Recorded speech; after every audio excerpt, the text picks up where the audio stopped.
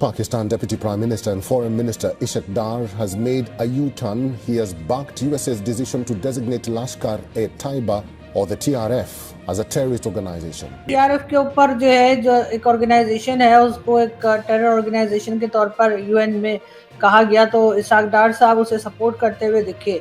तो ये जो हमें लोग पूरे टाइम एक ताना देते रहते हैं टेररिज्म का। जब अमेरिका ने पूछा तो पाकिस्तान की बोलती बंद हो गई। TRF पर पलटी मार गया इस्लामाबाद। रियासत क्या होता है? दहशतगर्द होता है। That's very sad. Very sad. मैंने उस बच्ची से पूछा कि आपको पता है कि रियासत क्या होता है, तो बच्ची कह रही है रियासत दहशतगर्द होता है। इसके ऊपर उन्होंने पूरा एक नैरेटिव बिल्ड किया हुआ था और वहां जाके इसाक डार ने कोई और स्टेटमेंट दे दिया। ये इन लोगों का कोई दीन ईमान नहीं है।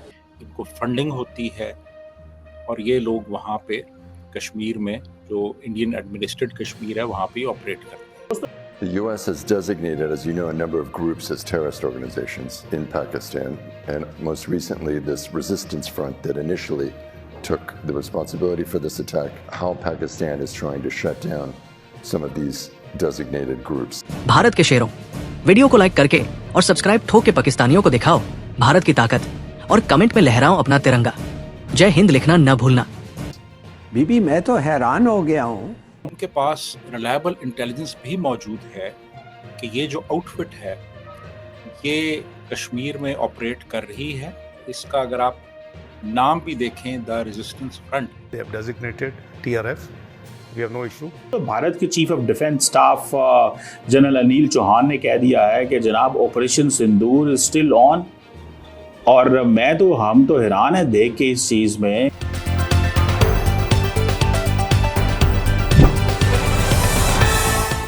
नमस्कार दोस्तों, जैसा कि आपने वीडियो क्लिप में देखा, पाकिस्तान की नीति एक बार फिर दोहरे मापदंडों की मिसाल बन गई है। एक तरफ अपने देश में पाकिस्तान ये दावा करता रहा कि TRF कोई आतंकवादी संगठन नहीं है, लेकिन जैसे ही अमेरिका में इस मुद्दे पर सवाल उठाया गया, पाकिस्तान की पोल खुल गई। अमेरिका में सवालों का सामना करते ही पाकिस्तानी विदेश मंत्री मोहम्मद इसाक डार घबरा गए और TRF को आतंकवादी संगठन मान लिया। हाल ही में इसाक डार ने अमेरिका के उस फैसले का समर्थन किया जिसमें द रेजिस्टेंस फ्रंट TRF को अंतर्राष्ट्रीय आतंकी संगठन घोषित किया गया है। गौरतलब है कि TRF ने अप्रैल महीने में पहलगाम में हुए भीषण आतंकी हमले की जिम्मेदारी ली थी, जिसमें 26 निर्दोष लोगों की जान चली गई थी। भारत पहले ही TRF को आतंकी संगठन घोषित कर चुका है, मगर यही इसाक डार कुछ समय पहले तक TRF के बचाव में बयान दे रहे थे। पाकिस्तान सरकार खुलेआम TRF को क्लीन चिट देती नजर आ रही थी।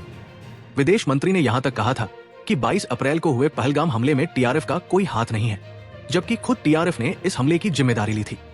अब सवाल ये उठता है, क्या पाकिस्तान अंतर्राष्ट्रीय दबाव में आकर सच स्वीकार कर रहा है, या फिर ये उसकी पुरानी आदत दोहरी चाल का एक और उदाहरण है? TRF के ऊपर जो है जो एक ऑर्गेनाइजेशन है उसको एक टेरर ऑर्गेनाइजेशन के तौर पर यूएन में कहा गया, तो इसाक डार साहब उसे सपोर्ट करते हुए दिखे। तो ये जो हमें लोग पूरे टाइम एक ताना देते रहते हैं टेररिज्म का, तो क्या आपको लगता है वाकई में ऐसा नहीं है कि यहाँ पर कोई इस तरह के लोगों को सपोर्ट किया जा रहा हो? देखिए, मुख्तलिफ लेवल्स पे सपोर्ट तो मौजूद है। आप ये देखिए कि अभी यूनाइटेड नेशंस ने तो नहीं, लेकिन अभी ये 18 जुलाई को यूनाइटेड स्टेट्स ने द रेजिस्टेंस फ्रंट को एक टेररिस्ट ऑर्गेनाइजेशन डिक्लेयर कर दिया है। और उनके पास रिलायबल इंटेलिजेंस भी मौजूद है कि ये जो आउटफिट है ये कश्मीर में ऑपरेट कर रही है और इसको बाहर से भी सपोर्ट मिल रही है। और ये एक नई आउटफिट है।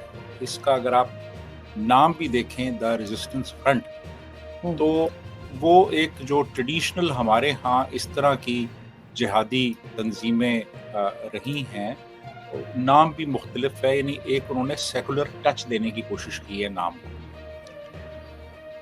जैसे अब जैश मोहम्मद है या लश्कर तैयबा है, ये सारी जो है ये इनका एक ख़ास एक नोमेनक्लेचर होता था और उससे पता चलता था कि ये रिलीजियसली मोटिवेटेड ऑर्गेनाइजेशंस हैं, लेकिन इसको उन्होंने थोड़ा सा सेकुलराइज कर दिया है। और इनकी जो टेक्निक्स हैं वो भी ज़रा डिफरेंट है। ये साइबर स्पेस में भी काम करते हैं आर्टिफिशियल इंटेलिजेंस का इस्तेमाल करते हैं और कहते अपने आप को ये है कि हम प्योरली एक इंडिजिनस ऑर्गेनाइजेशन है, लेकिन ये और इंडिजिनस पता नहीं किस हद तक हैं या नहीं है, लेकिन बहरहाल एक्सटर्नल सपोर्ट इनको हासिल है, इनको फंडिंग होती है और ये लोग वहाँ पे कश्मीर में जो इंडियन एडमिनिस्ट्रेटेड कश्मीर है वहाँ पे ऑपरेट करते हैं। अच्छा, अब बात ये है कि ये 2019 अगस्त 2019 में जब इंडिया ने कश्मीर का एक जो स्टेटस था, जो सेमी ऑटोनोमस स्टेटस था, उसको ख़त्म किया, तो उसके बाद फिर ये वजूद में आई ये ऑर्गेनाइजेशन।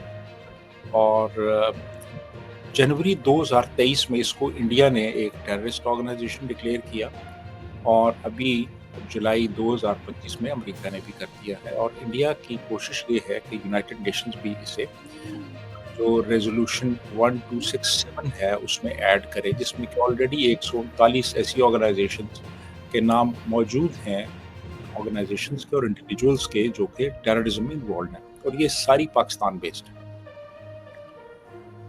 जी आरजू। लेकिन सर इतने मतलब फिर हम बिल्कुल सफेद झूठ जैसे कहते हैं, हम ऐसा कैसे कह देते हैं कि हमारे यहाँ तो कोई है ही नहीं और हमारे यहाँ सिर्फ ये एलिगेशंस है, इसलिए कि हम FATF में भी 4 बार जा चुके हैं। और आपके ख्याल से इन लोगों को अगर पता है कि FATF में क्यों गए, तो इन चीज़ों को कंट्रोल क्यों नहीं किया जा रहा? करना नहीं चाहते या कर नहीं पा रहे? देखिए, अगर करना चाहें तो कर सकते हैं। एक बहुत बड़ी हमारे पास फौज है, बहुत बड़ा इंफ्रास्ट्रक्चर है इंटेलिजेंस का, कर सकते हैं, लेकिन बहुत सी इसमें रीजंस हैं। एक इसका हिस्टोरिकल बैकग्राउंड है, इंस्टीट्यूशनल बैकग्राउंड है, एक स्ट्रेटेजिक बैकग्राउंड है इसका, कि हमने इन ऑर्गेनाइजेशंस को हमने रखा हुआ है कि लो इंटेंसिटी कॉन्फ्लिक्ट में और लो कॉस्ट ये जो कॉन्फ्लिक्ट है उसमें ये बड़ी सूदमंद होती हैं। हमारी जो फॉरेन पॉलिसी है उसका एक ये टूल रहा है अफगानिस्तान में भी और कश्मीर में भी। इंडिया को प्रेशराइज करने के लिए हमने इनको इस्तेमाल किया, हमने अफगानिस्तान को प्रेशराइज करने के लिए इन ऑर्गेनाइजेशंस को इस्तेमाल किया। तो ये हमारी एक कह लें कि एक तरह की जो स्ट्रेटजी का हिस्सा रहा है कि इन ऑर्गेनाइजेशंस को इस्तेमाल किया जाए, वो हम करते रहे हैं। अच्छा, एक तो ये बड़ा फैक्टर है। उसके बाद फिर हमने एक डुअल पॉलिसी इख्तियार की। हमने एक तरफ वो ऑर्गेनाइजेशंस जो कि पाकिस्तान के ख़िलाफ़ है, पाकिस्तानी फ़ौज के ख़िलाफ़ है, उनके ख़िलाफ़ तो हमने बड़े बड़े एक्शंस लिए, लेकिन वो जो हमारी प्रॉक्सीज़ के तौर पे दूसरे मुल्कों में ऑपरेट करती रहीं, उनको हमने सपोर्ट किया। इस चैनल पर सबसे पहले मिलती है वो आवाज जो देश के पक्ष में बुलंद होती है। तो देरी किस बात की? आज ही जुड़िए हमारे मिशन से और बनिए सच्चे भारतवासी की पहचान। वीडियो देखने के लिए आपका आभार। जय श्री राम, वंदे मातरम।